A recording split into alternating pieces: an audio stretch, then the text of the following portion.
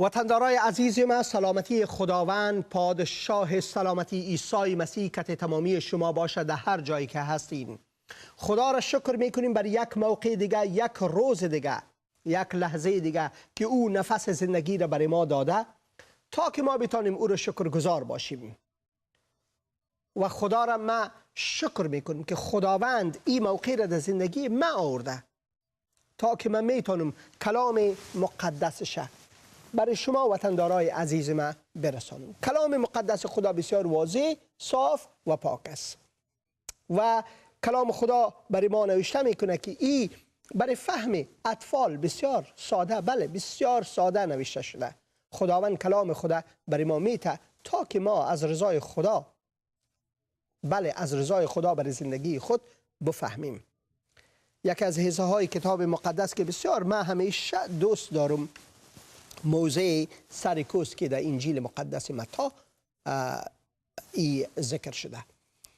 ما در فصل 5 میخونیم، از فصل 5 شروع میشه، فصل 7 خلاص میشه و ما در فصل 5 در آغاز از این ما میخونیم وقت عیسی جمعیت زیادی را میبینه، او بالای یک کوه میره و در اوج میشینه و شاگردایش هم پیش میه، او دهان خود واز میکنه و بر ازای این قسم تعلیم میده. چی میگه؟ میگه خوشا به حال کسایی که از فقر روحانی خود آگاهی دارند، چرا که پادشاهی آسمانی از آن ازواست.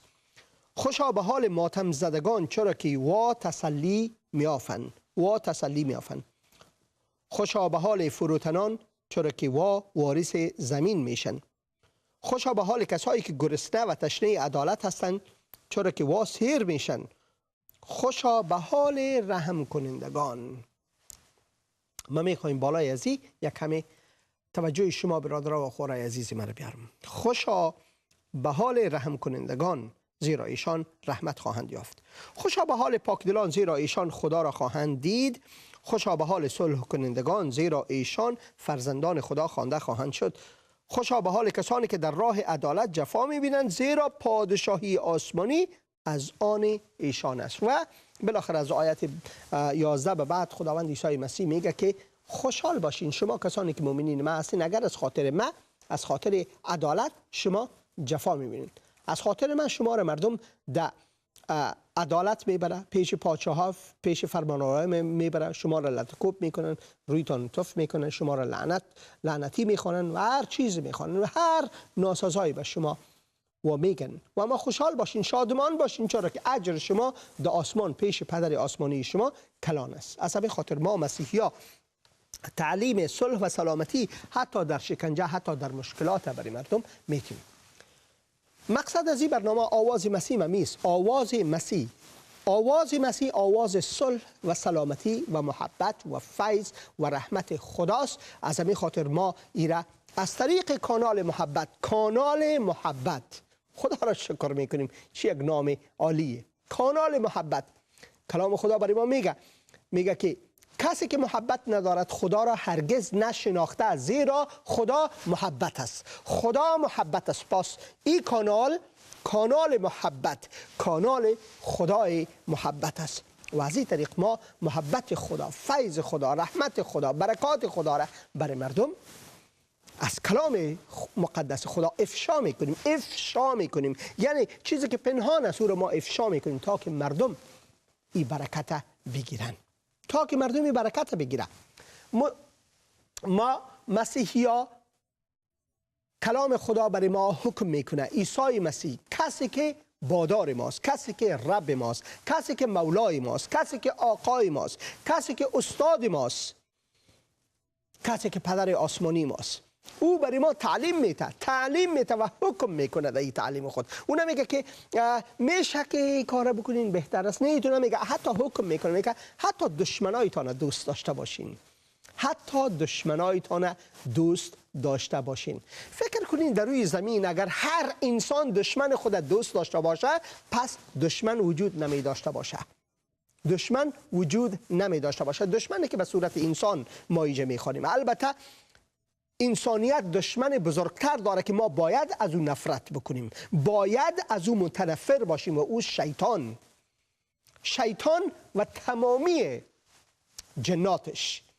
ما باید از شیطان متنفر باشیم، چرا که این شیطان است و چال شیطان است که انسانها را به گناه میبره. این چال شیطان است که انسان دشمن یکدیگر میسازه. این چال شیطان است که به نام غیرت، به نام مذهب، به نام دین، به نام لسان، به نام نسل و نژاد و کشور و غیره انسانهای دیگر را میکشند. تماما کارهای شیطانی است. اگر کسی میگه که نسل ما بالاتر از نسل دیگه است، او شخص در حقیقت شیطان پرستش میکنه، چرا که این چیزهای شیطانی است. انسان خداوند به صورت خود آفریده، تمامی انسانه، چون تمامی انسان کلام خدا برای ما میگه که از یک مرد و یک زن، آدم و حوا، به دنیا آمده. پس اما قسمی که ما از طریق سعدی میخوانیم که بنی آدم اعضای همدیگرن، اعضای ما اعضای همدیگر هستیم، چرا که در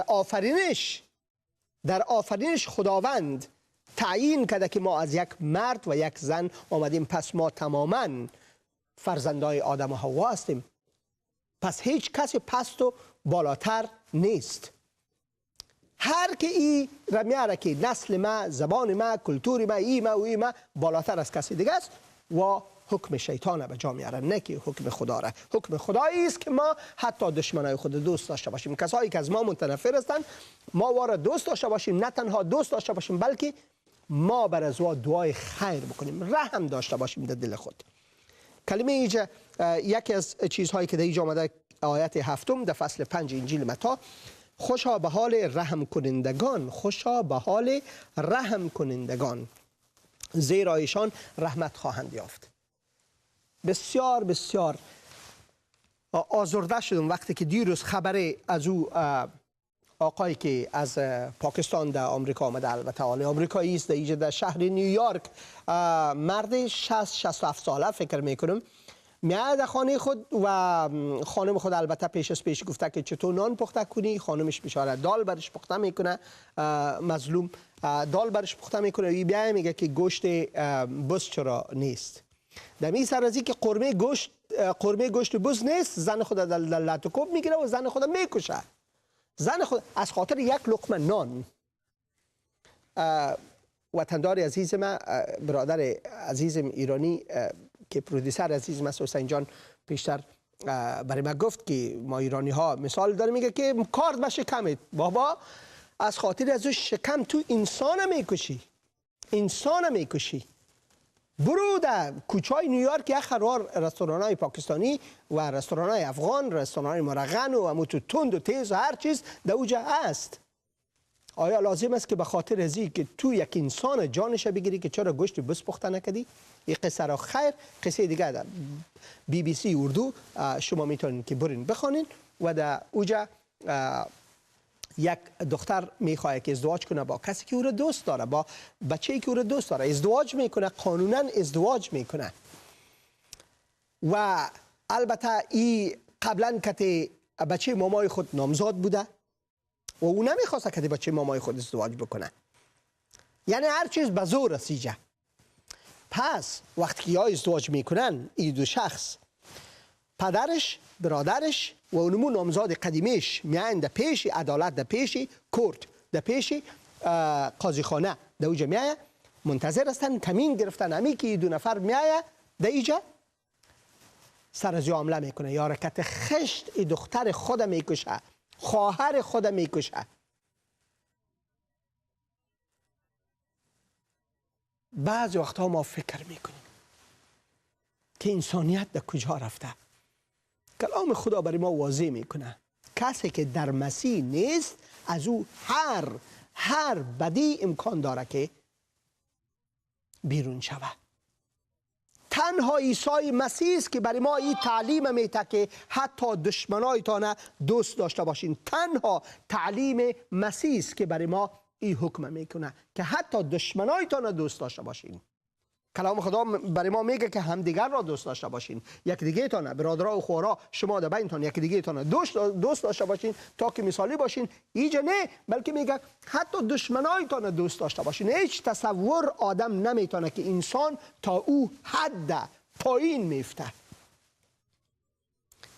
پایین افتادن انسان بسیار واضح است در کلام مقدس خدا. علتش که انسان ها یکدیگر را میکشند و ما این را هر روز در خبرها میخوانیم. علتش است که انسان گناهکار است و از جلال خدا کم آمده. از جلال خدا ما به زیر افتادیم.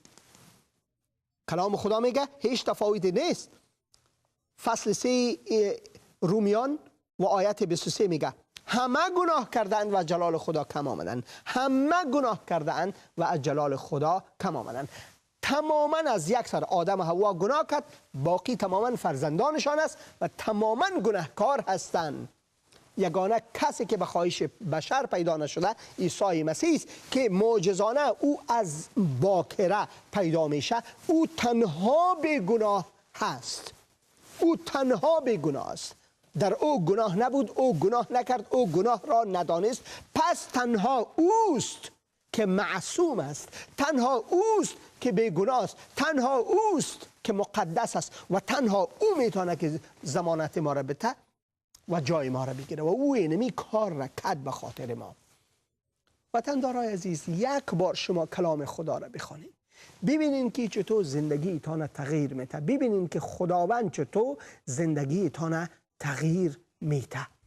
کلام خدا بسیار واضح است. کلام خدا محبت نامه خدا برای ما هست و ما دعا میکنیم که خداوند شما را برکت بده. امروز وقتی که برنامه را گوش میگیرین، امروز برادر عزیز ما شعیب جان کتیما هستند که البته شما آگاه هستین ما از طریق از این برنامه همیشه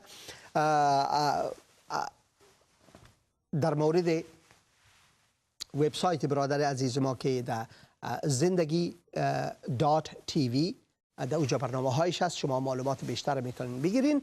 رفته برنامه های برادر عزیز ما و خواهرم که یک جای در اوجا برنامه دارن، بسیار برنامه های پرمحتوا و برنامه های در مورد فامیل، مسائل اجتماعی، مسائل روحانی و چطور به عیسی مسیح ایمان بیاریم، چطور زندگی انسان تغییر بکنه. خواهش میکنم و شما را ما بسیار تشویق میکنم که در وبسایت برادر عزیز ما زندگی.tv www.zindagi.tv در اوجا رفته برنامه برادر عزیز ما رو ببینیم. و اما در برنامه امروز برادر عزیز ما در مورد از اینکه عیسی مسیح میخواد که قلب ما افغانان را تغییر بده. عیسی مسیح میخواهد قلب افغانان تغییر کند. واقعا او میخواهد که قلب ما تغییر بکنه. تغییر قلب یعنی چی؟ یعنی 100% از چیزی که ما بهش باور داریم از او روگردان شویم و به عیسی مسیح ایمان بیاریم تا که زندگی ما را زندگی نو بسازه. زندگی که ما در اینجا خواندیم که پر از رحمت، پر از برکت، پر از شفقت، پر از مهربانی باشه. ما رحم کنندگان باشیم، صلح کنندگان باشیم. اینمی موضوع امروزی ماست و البته برادر شاید کتیما باشن یا نباشن، خدا را شکر میکنیم. شعیب جان برادر عزیزم مانده نباشی و ما امروز از خودت خواهش میکنیم برادر عزیزم که برای وطن عزیز ما دعا بکنین و برای وطندارای ما دعا بکنین و برای این برنامه دعا بکنین و بالاخره از شما خواهش میکنیم کلام خدا را بخش بکنین. بله، تشکر حسین جان و سلام به تمام کارکنای برنامه شما و خود شما فامیل و همچنین به تمام بیننده های آواز مسیح در هر کجایی که هستند. تقدیم است در افغانستان، در ایران، در تاجیکستان یا در کشورهای مختلف دیگه جهان. افغان هایی که هستند، ایرانی هایی هستند، فارسی زبان هایی که هستند تقدیم است و امیدوار هستم که همتان خوش و سر حال باشین. بیاین دعا کنیم و از خداوند بخوایم تا ما را کمک کنه.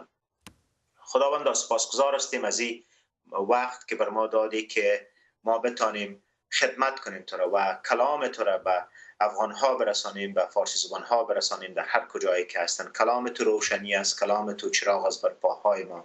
خداوندا امروز ما را کمک کو، امروز ما به کمک تو نیاز داریم. امروز وطن ما را کمک کو خداوندا. کسایی را که امروز نان ندارن و اونا نان بده، کسایی را که امروز مریض هستند اونا را تو خداوندا شفا بده خداوندا. لمس کو اونا را، عیسی مسیح اونا را لمس کو خداوندا.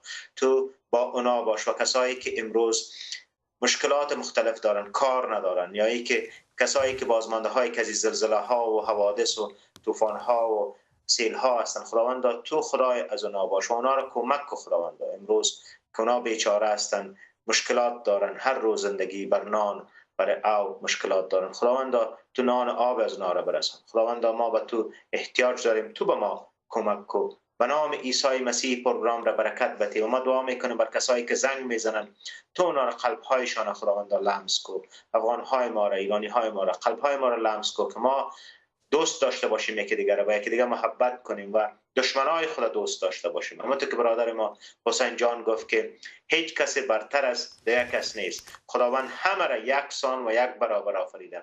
خداوند ما را کمک کو که انسان های دیگر از روی عیسی مسیح ببینیم که اونا هم با ارزش هستند و ارزش همون ارزش را دارن که ما داریم. تشکر میکنیم از تو به نام عیسی مسیح. آمین. آمین آمین. خدا را شکر میکنم. و برادر عزیزم، قبل از اینکه پیش بریم یک چیز بسیار مهمه که ما واقعا میخوایم برای وطندارای عزیز ما بگویم و خدا را شکر میکنم که دخترک ما که بسیاری وطندارای عزیز ما سرودهایشان از طریق از این برنامه همیشه شنیدن و در این برنامه دخترک ما چندین بار آمده و خدا را شکر میکنیم که راخیل جان فارغ التحصیل شد هفته گذشته. این ما عکسشان نشان میتم برای وطندارای عزیز ما و خدا را شکر میکنیم که خداوند برای ما فرزندهایی دادن و خدا را عبادت میکنن، خدا را پرستش میکنن و با خدا هستن. و این ما برای دخترک عزیزم از طریق از این برنامه باز هم تبریک میگم. راهیل جان، I love you Rachel. The Lord bless you. خداوند برکتت بده. بفرمایید برادر عزیزم شعیب جان. بله، خب مبارک باشه برای راهیل جان و به شما هم از اینکه مکتب را خلاص کرد. خداوند او را برکت بده و درهای را برش باز کنه در زندگی که همیشه خوشبخت باشه و با صحت و عافیت باشه. آمین آمین. دوستای عزیز، ما در این روزها آب و هوای کشور ما آب و هوای انتخابات است و هر کسی جار میزنه و در هر کجا کنار که من کار خوب میکنم بر از این وطن، من این کار میکنم و وعده های زیاده، کم و بیش زیاد هر کدامشان میده و هر کسی که دیگر میگه که آدم بد است، من خوب هستم، من بهتر از ایستم، این آدم بد است. ولی در مجموع مردم ما هم میخواین که یک تغییر بیاید در کشور ما، تغییر بیاید. در سالهای گذشته کارهای بسیار خوب شده، تغییرات خوب آمده، اما اکثر از این تغییرات اگر ما شما ببینیم ظاهری بوده. ظاهری به این معنا که تا کسایی که سالها چی ملا بودن و سالها به حساب جنگ کرده بودن، اونا هم امروز یک درشی بسیار مقبول میپوشن و با یک نکتایی هم میاین و اونا هم شما فکر کنین، یعنی ظاهر تغییر کرده. حتی من میبینم کسایی را که هر روز یک درشی نو، یک نکتایی نو میپوشن و این ظاهر خوب از خوب معلوم میشه. یا ای که امروز در کشور ما موترها یا ماشین های بسیار مدل سال آمده و این همش تغییرات خانه های که بلند منزل آباد شده و خانه های میلیون دلاری و همه چیز، که یعنی تغییراتی است که ظاهری است، تغییر آمده. ولی مردم ما هنوز هم رنج میبرن از بسیار مشکلات. مثلا همه ما شما خبر داریم که در قریه های بدخشان این ریزش زمین که صورت گرفت، تقریبا 2500 نفر بر یک لحظه محو شد. یعنی از بین رفتن، نه تنها خانه‌هایشون، خودشان از بین رفتن.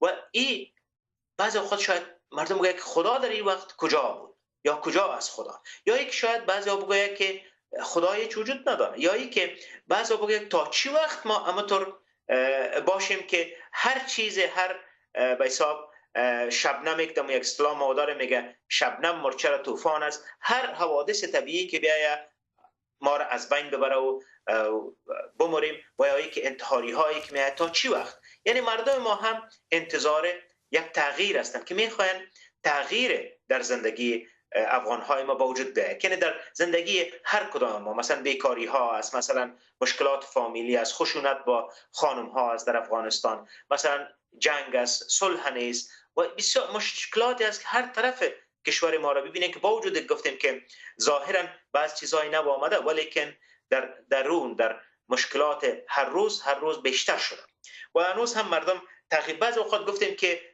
کسایی که خود را به ریاست جمهوری کاندید کردن اینا هم وعده های مختلف را میتن که ما اینطور میکنیم اما در 12 سال گذشته و خود تغییرات زیاده در درون مردم نامده و اینجا مهمترین چیز در این است که ما چطور بتانیم کمک کنیم یکی دیگر که امی تغییر در زندگی خود ما اول در زندگی انفرادی هر شخص به وجود بیاید. ببینید وقتی که عیسی مسیح در این دنیا بود، او در این دنیا پادشاهی خدا را به انسانها آورد و نشان داد خودش. پادشاهی خدا را یعنی جایی که خدا حاضر است، یعنی جایی که خدا حاکم است.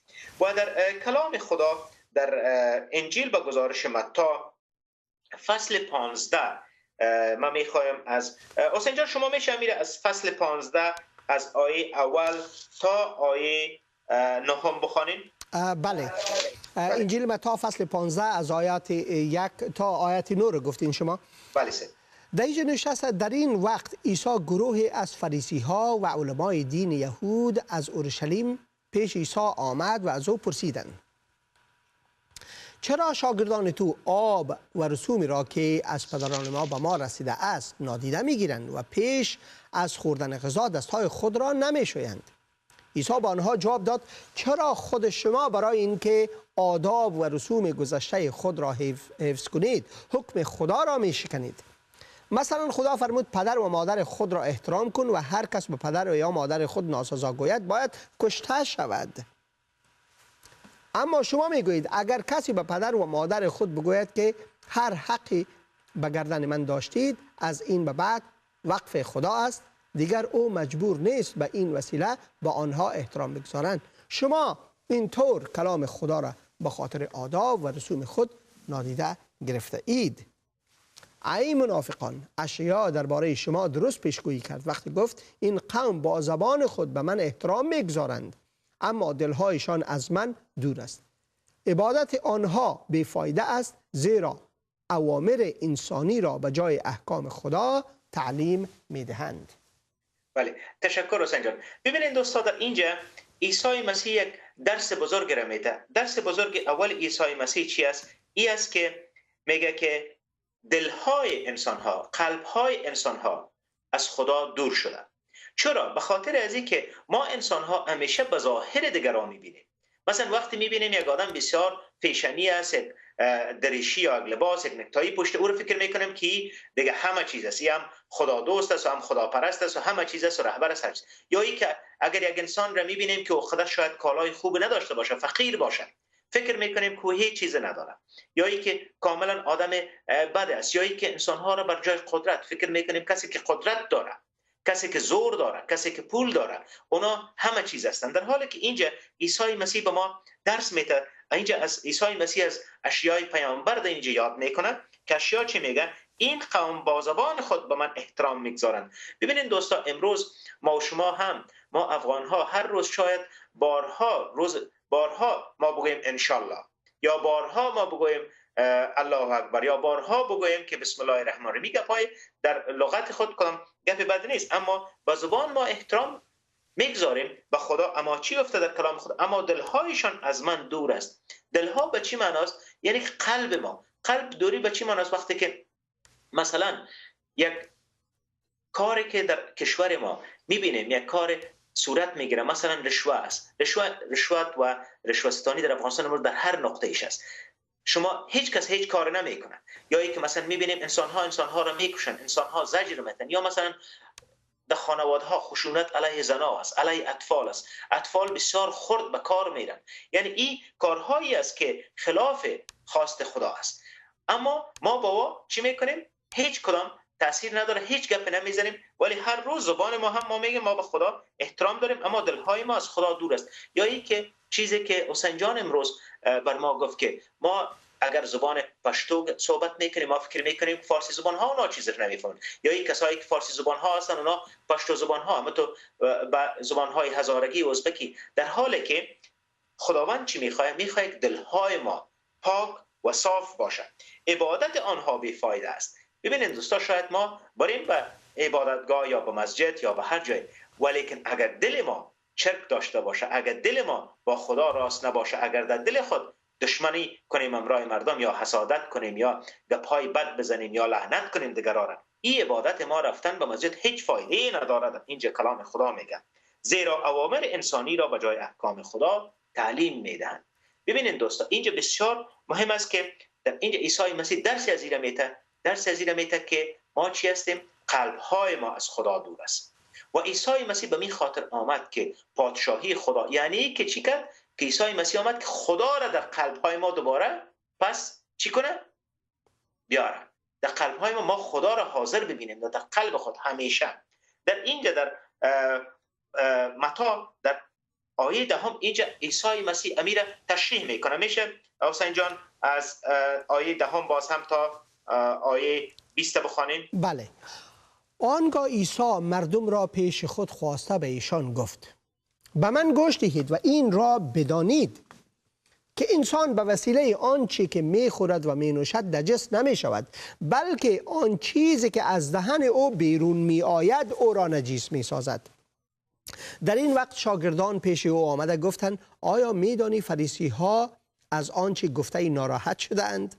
عیسی جواب داد: هر نهالی که پدر آسمانی من بر زمین نگاشته باشد از ریشه کنده خواهد شد.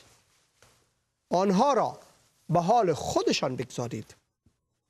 آنها کورانی هستند که رهنمای کوران دیگر می باشند و هرگاه کوری رهنمای کوری دیگری باشد هر دو به چاه خواهند افتاد. آنگاه پتروس به عیسی گفت: معنی این مثل را برای ما بگو. عیسی در جواب او فرمود: پس شما هنوز هم این چیزها را درک نمی کنید؟ آیا نمی فهمید که هرچه از راه دهن وارد بدن شود به معده می رود و پس از آن به خاکروب ریخته می شود؟ اما چیزهایی که از دهن بیرون می آید از دل سرچشمه می گیرد و آنها است که آدمی را نجس می سازد.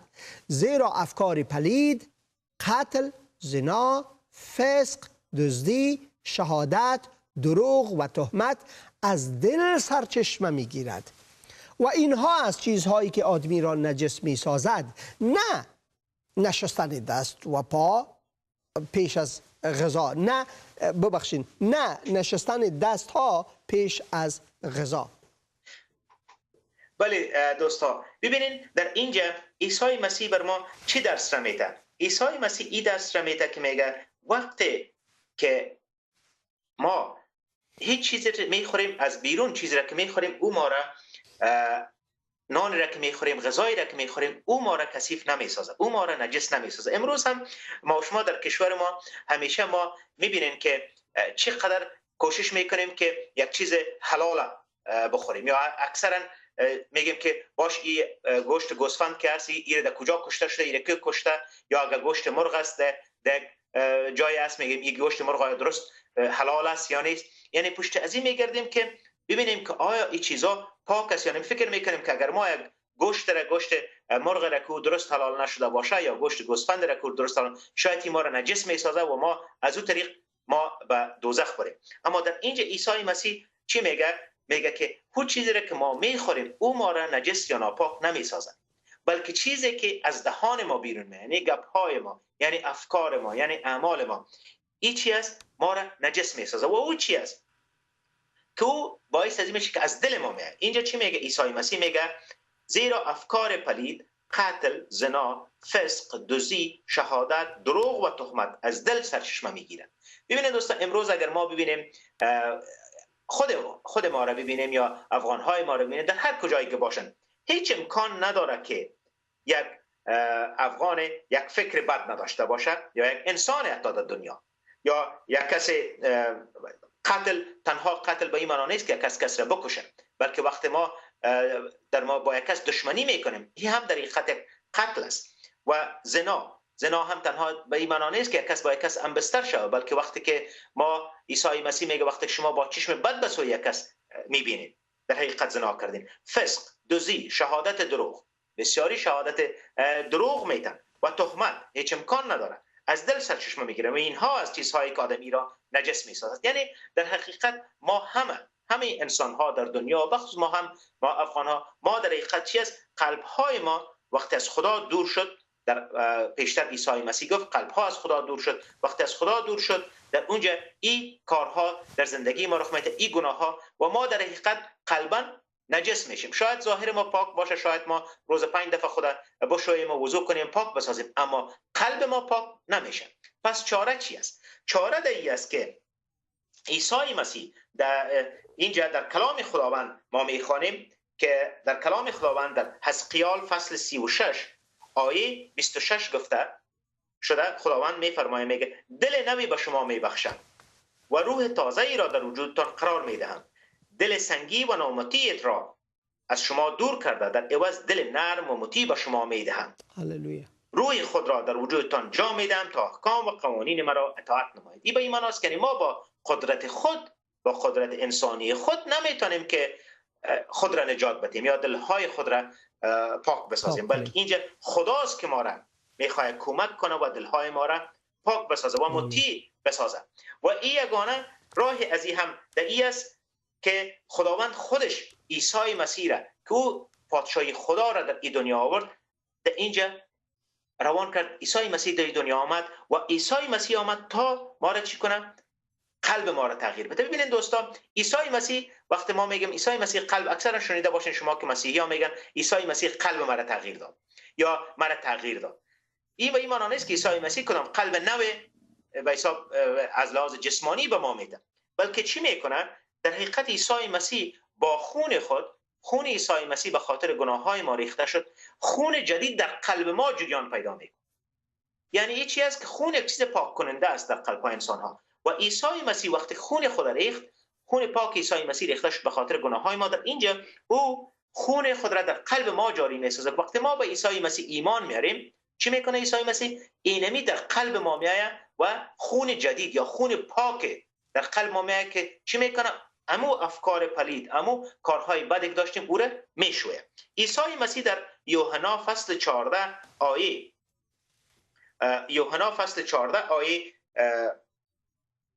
27 میگه، عیسی مسیح چی میگه؟ میگه یوحنا فصل 14 آیه 27 میگه سلامتی برای شما به جا میگذارم، من سلامتی خود را به شما میدهم، دنیا نمیتواند آن سلامتی را به طوری که من به شما میدهم بدهد.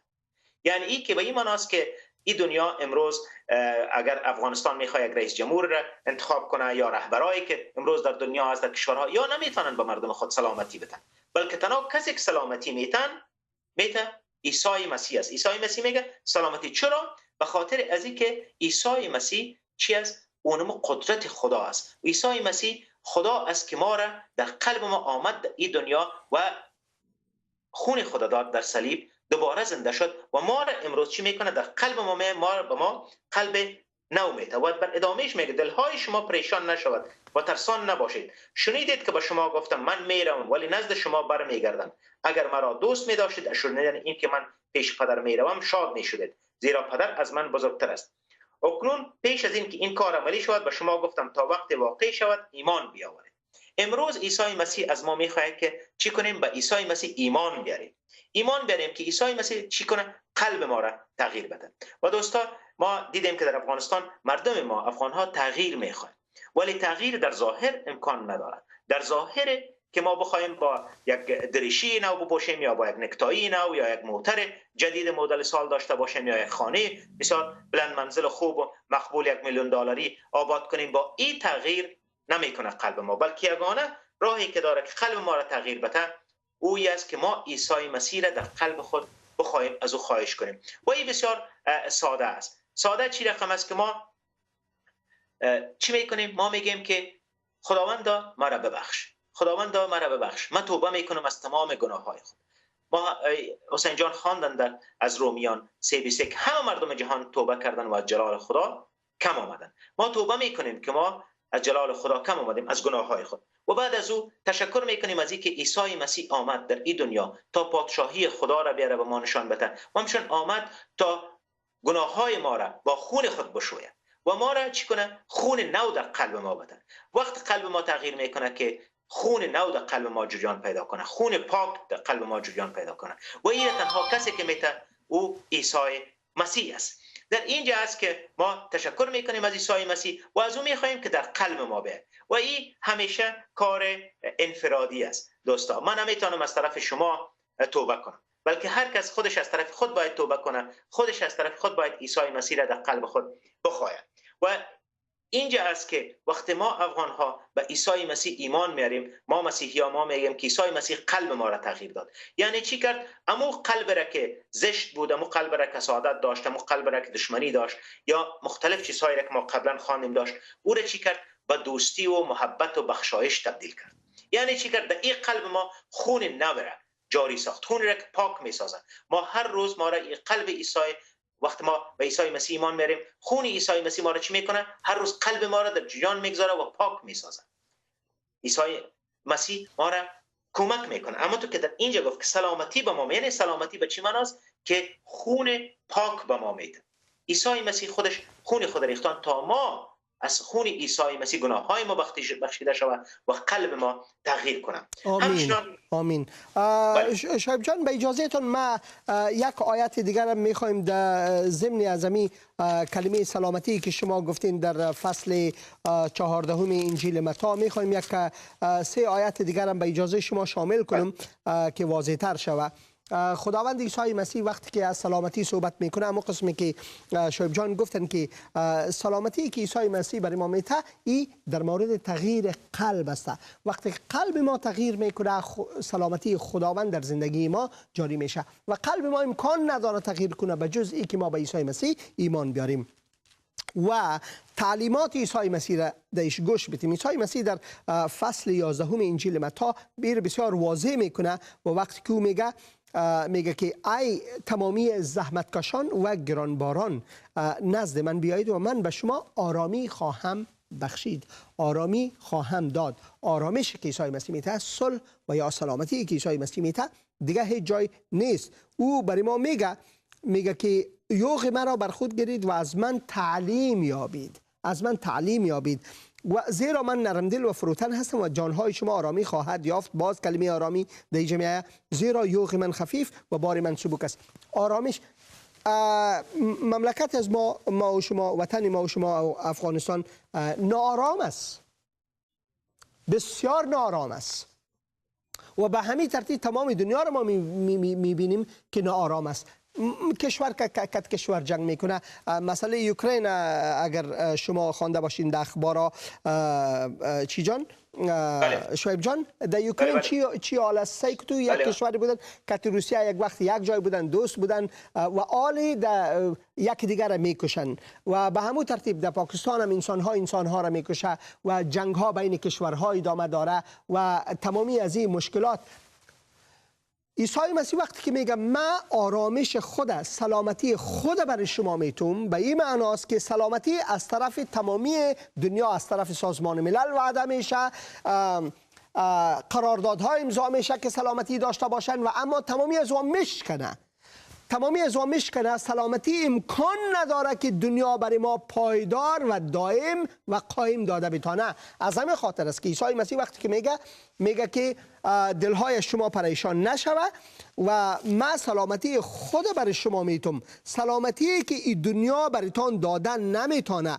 بسیار واضح، من سلامتی به جا میگذارم، من سلامتی خود را به شما میدهم.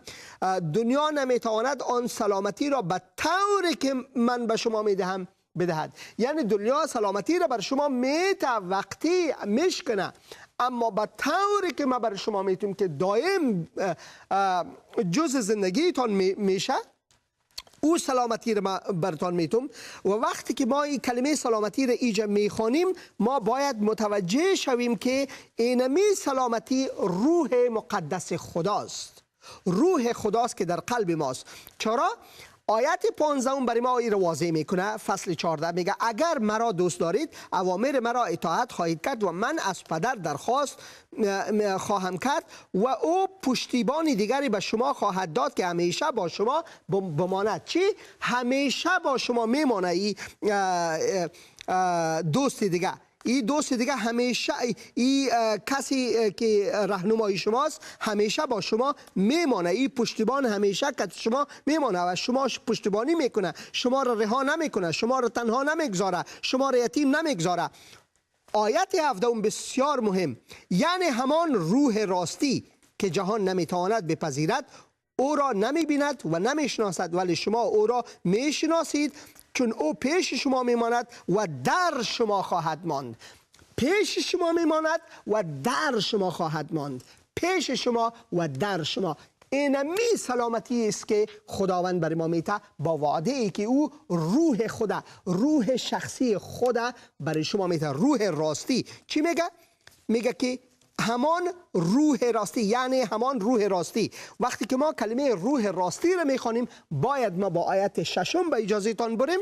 آیت 6 چی میگه؟ عیسی مسیح میگه که من راه، من راستی، من زندگی هستم. پس وقتی عیسی مسیح میگه من روح راستی، او میگه من روح خدا بر شما میتم. وقتی که او میگه من سلامتی بر شما میتم، به این معناست که او روح خدا، سلامتی روح خدا برای ما میته و او در پیش ما میمونه و در قلب ما میمونه و راهنمای ما میباشه و پشتیبان ما میباشه و او ما را کمک میکنه که در زندگی خود ما رفتار مسیحایی داشته باشیم. بفرمایید برادر عزیزم. واقعا دوستان، مهمترین چیز این است که عیسی مسیح میخواهد که قلب ما را تغییر بده و او همچنان میخواهد که ما از روح خدا، یعنی از قدرت خدا، قلب ما پر شود. و بازو چی میشه؟ در دوم قرنتیان فصل 5 آیه 17 ما میخوانیم، میگه دوم قرنتیان فصل 5 آیه 17 میگه کسی که در مسیح است خلقت نو است، هر آنچه کهنه بود درگذشت و اینک همه چیز نو شده است. وقتی اینجا ما میخوانیم که اینک همه چیز نو شده است، و این معنی نیست که ما چهره ما تبدیل میشه یا ای که ما کدام رنگ ده، بلکه این معنی است که ما اما قلب ما تغییر میکنه. یعنی ای که به این معنی است که ما دیگه از دشمنی به دوستی، ما از حسادت به قناعت، ما از خشم به مهربانی، اینی تغییرات است. این اینجاست که میگه خلقت نو. شما اگر وقت مسیحی ها را میبینین، مهمترین چیز می است که وقتی اگر شما میبینید که اونا مهربان هستند، واقعا مسیحی ها اینمی درس های عیسی مسیح است که با ما میده و گفته که ما اوامر از او را اجرا کنیم. و امروز کشور ما هم وقت تغییر در کشور ما رخ میده که چی کنه؟ هر نفر، هر افغان ما به عیسی مسیح ایمان بیاره و قلب از او تغییر کنه. من دیشب دوستا یک برنامه را در تلویزیون طلوع میدیدم و یک کسی که به نام خود به حساب دکتر مذهبی میگیره یا دکتر اسلام، یعنی دکتر طبی در اسلام میگیره، او در مورد از اینکه شما چه کارهایی به قلبتان کنید تقریبا 15 دقیقه صحبت کرد که قلبتان اطر کنه، شما بد نگوین و شما حسادت نکنین و همین گپ‌هایی که امروز تقریبا ما میزنیم. ما با مادرم و خواهرم که اونا هم مسلمان هستن یک جا این برنامه را میدیدیم و بالاخره ما در اخیر از این برنامه به خواهرم و مادرم گفتم که این گپ‌های خوب زد، اما وقت انسان ها حسادت میورزن، وقت انسان ها دشمنی میکنن، چاره از این چی است؟ دوستا ببینین، هیچ کسی، هیچ مذهب چاره از این مذاهب میگن که اینی کار خوب است، اینی کار بد است، اما کسی چاره از این نمیتونه که چی دوا داره.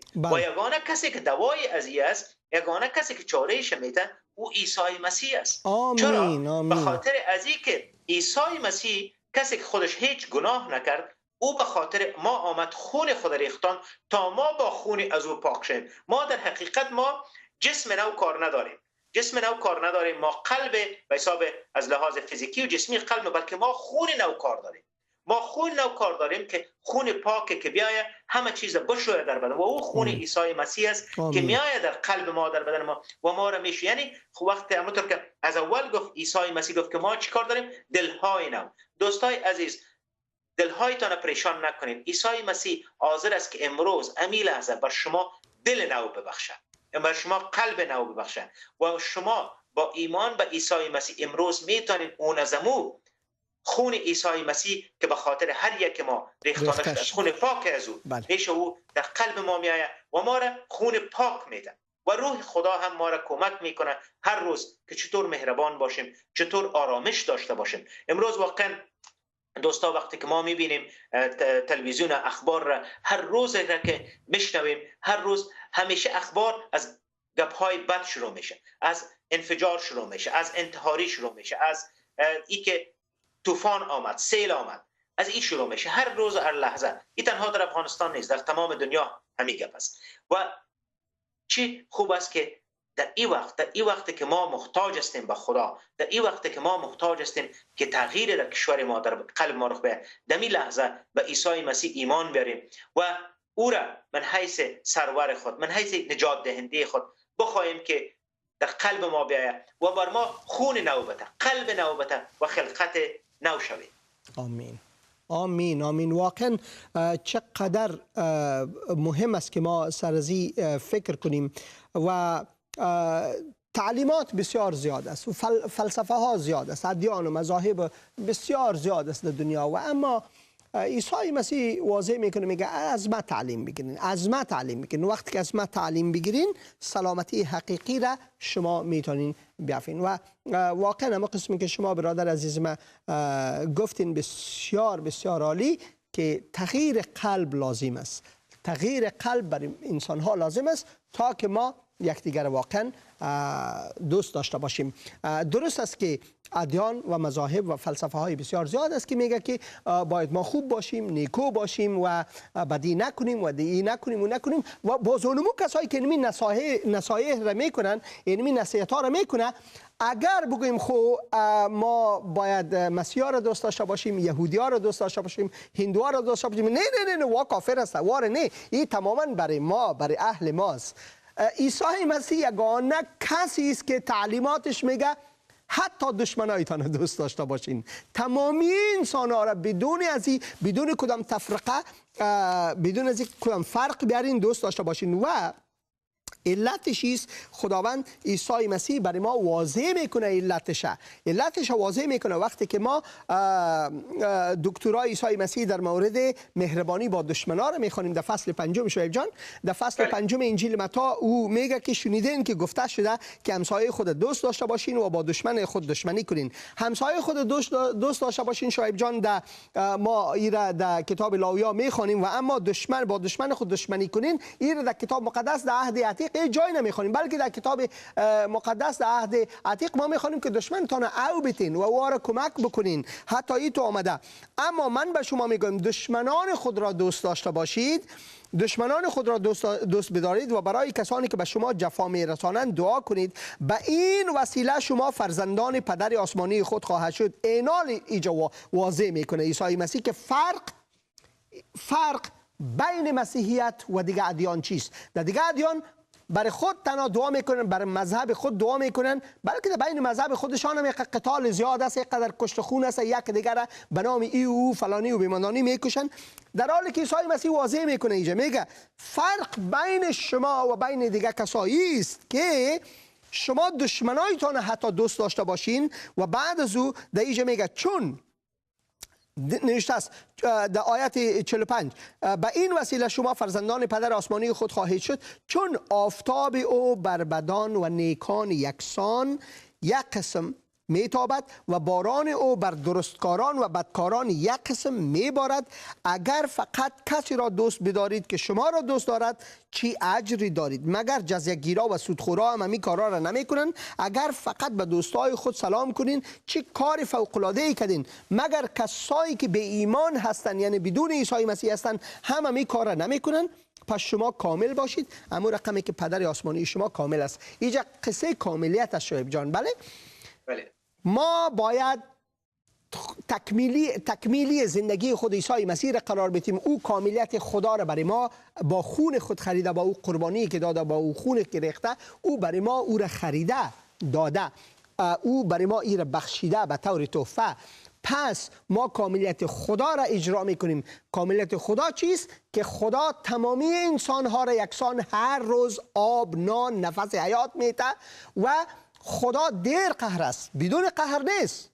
قهر خدا آمدنی است و اما دیر قهر است. او معطل میکنه تا که انسان به او بر بگرده. نه ای که بگه که خب بس خلاص ما اونو فلانی کس اینی تو گپ زده، برو کت تلوار بزنش بکشه، به کت مرمی بزنش.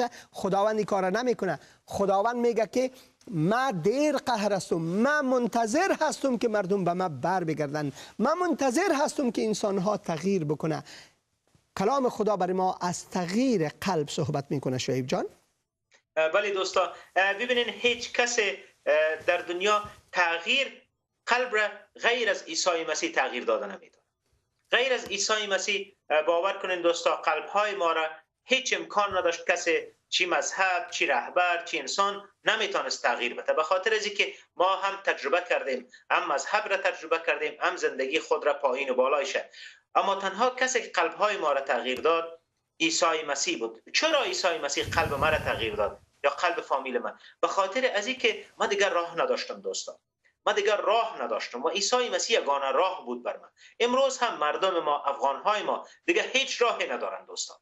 هیچ راهی ندارن. اگر مذهب بگوین 1400 سال افغانستان مذهب تجربه کرده، تا هزارها سال تجربه کرده، یعنی راه دیگه نداره، نتیجه نداره. حال فقط یگانه راه بر مردم کشور ما، بر افغان های ما این است که راه محبت خداست، راه عیسی مسیح است. راه ازی است که ما امروز به عیسی مسیح که او چهره نادیده خدا است، او محبت خدا است، به او ایمان بیاریم و او است که بعد از او تغییر در زندگی ما واقع میشه. وقت تغییر در زندگی یک انسان، مثلا اگر وقت تغییر در زندگی ما و خانمم رخ داد، ما وقت به عیسی مسیح ایمان آوردیم، تغییر در زندگی خانواده ما رخ داد. اینمتون هم وقتی یک خانواده تغییر میکنه، یک کوچه، یک محل، یک شهر و بالاخره یک کشور تغییر میتونه بکنه. اینی است که امروز ما هم یک بار دیگه دوستا به هر یک شما در هر کجایی که هستین، شاید شما بگوین که ما قدر چی ندارم، از کلام خدا نخواندیم. کلام خدا را بخوانید و مهمتر از همه ای است که ما بسیار با زبان ساده و قلب پاک پیش خدا بیاییم و سر تواضع کنیم و بگوییم که خداوندا گناههای ما را ببخش. خداوندا تشکر از عیسی مسیح که روان کردی من حیث نجات دهنده آمد در این دنیا، به خاطر گناههای ما او در صلیب کشته شد و در روز سوم زنده شد. خداوندا ما خواهش میکنم که عیسی مسیح در قلب ما بیاید و مرا قلب نو ببخشه به نام عیسی مسیح. این بسیار ساده است. شما ضرورت به این ندارین کلام زبان دیگر یاد بگیرین، ضرورت به این ندارین که کارهایی را کنین که ما یعنی با کارهای خود به خدا رسیده نمیتونیم، بلکه خدا چاره قلب ما را دید و او عیسی مسیح را که آمد اینجا آمد و قلب ما را تغییر میده. امروز میلیون ها انسان در دنیا قلبهایشان تغییر یافته، زندگی هایشان تغییر یافته و امروز در کشور ما هم خوشبختانه هر روز افغان های ما به عیسی مسیح ایمان میارن. اما درست نه؟ سه روز پیش خدا را شکر، 3 روز پیش 3 برادر به عیسی مسیح ایمان آورد و 4 روز پیش یک خواهر به عیسی مسیح ایمان آورد و دیروز چندین نفر از ما کتاب مقدس در مورد کتاب مقدس که در کجا بخوانم و اشتیاق داره صحبت کرده. خدا را شکر میکنیم. هفته ای نیست که ما 5 یا 6 یا 7 نفر را کتش دعای توبه را نکنم. هیچ وقت ایتو نشده و خدا را شکر میکنم. بله دوستان، یعنی ببینید این کار خدا است که میکنه، ولی خداوند از ما هم میخواه که ما هم باید چی کنیم؟ کاری که مربوط به ماست بکنیم. یعنی کار مربوط به ما چی است؟ که ما ایمان بیاریم به عیسی مسیح. ما از خداوند بخواهیم که قلب ما را تغییر بده و حتی نه تنها قلب ما را بلکه قلب رهبرای ما را دوستا. ما دعا کنیم که قلب رهبرای ما را، قلب رئیس جمهور آینده افغانستان، قلب رهبرای مذهبی ما را تغییر بده دوستا، به خاطر ازی که اونا هر روز با مردم که اونا دیگر دشمنی را اونا تبلیغ نکنن. در مورد دشمنی و موعظه، ما چند روز پیش یکی از موعظه ها را شنیدم از کابل که اونا حتی یکی از مزارید یک از ملاها حتی فحش میگفت به یکی از چینل های تلویزیونی، فحش میگفت. یعنی فکر کنین در مسجد ملا فحش میگه برای یک چینل تلویزیونی. یعنی این خداوند چی میخواد؟ خداوند میخواد قلب از ملا رو هم تغییر بده دوستان، میخواد تغییر بده، به خاطر ازی که خداوند میخواد که همه انسان ها رو یک اندازه دوست داره. چی ما هر سن ساله باشیم، از هر مذهبی باشیم، انسان ها رو یک اندازه دوست داره. و امروز خداوند میخواد، عیسی مسیح میخواد قلب ملاهای ما را تغییر بده، میخواد قلب هر انسان را در کشور ما تغییر بده تا کشور ما آباد شود و کشور ما شفا بیافته. دوستان مهمترین چیز است کشور ما آباد شود و شفا بیافته. آمین آمین آمین. خدا را شکر میکنم، خدا را شکر میکنم. واقعا خداوند شما را برکت بده شعیب جان، خداوند شما را باز هم بسیار زیاد برکت بده و امیدوار هستم وطندارای عزیز ما شما شنیده باشین و کلام خدا در قلبتان جای گرفته باشه. وطندارای عزیز بسیار با دعای ساده شما میتونین به عیسی مسیح ایمان بیارین، بسیار ساده. وطندارای ما عموما زنگ میزنن، بسیاریشان از خاطر از اینکه در جایهای مشکل هستن و میگن که بعد از برنامه ما کت صحبت میکنم. همین لحظه 3 نفر برای ما تکست کرده و ما حتما کت شما تماس میگیرم برادرای عزیز ما و خداوند شما را برکت بده. اگر شما به عیسی مسیح ایمان میارین بسیار ساده از گناهایتان توبه کنین. ما همه گناهکار هستیم تماما، هیچ شرمی نیست به اینکه به حضور خدا و ما اقرار کنیم به گناهان خود که ما گناهکار هستیم و از گناههای خود توبه بکنیم و بگیم که خداوند عیسی مسیح تو به خاطر ما قربان شدی، خونت ریختی و مرا خریدی، مردی، دفن شدی، در روز سوم از مردگان برخاستی. من امروز تو را در قلب خود جای میتم. خداوند ما شو، ای خداوند نجاتگر ما باش، به نام مقدس عیسی مسیح خداوند آمین. فقط این یک دعای بسیار ساده خداوند شما را مقبول خود میگردانه، خداوند شما را قبول میکنه در ملکوت خود.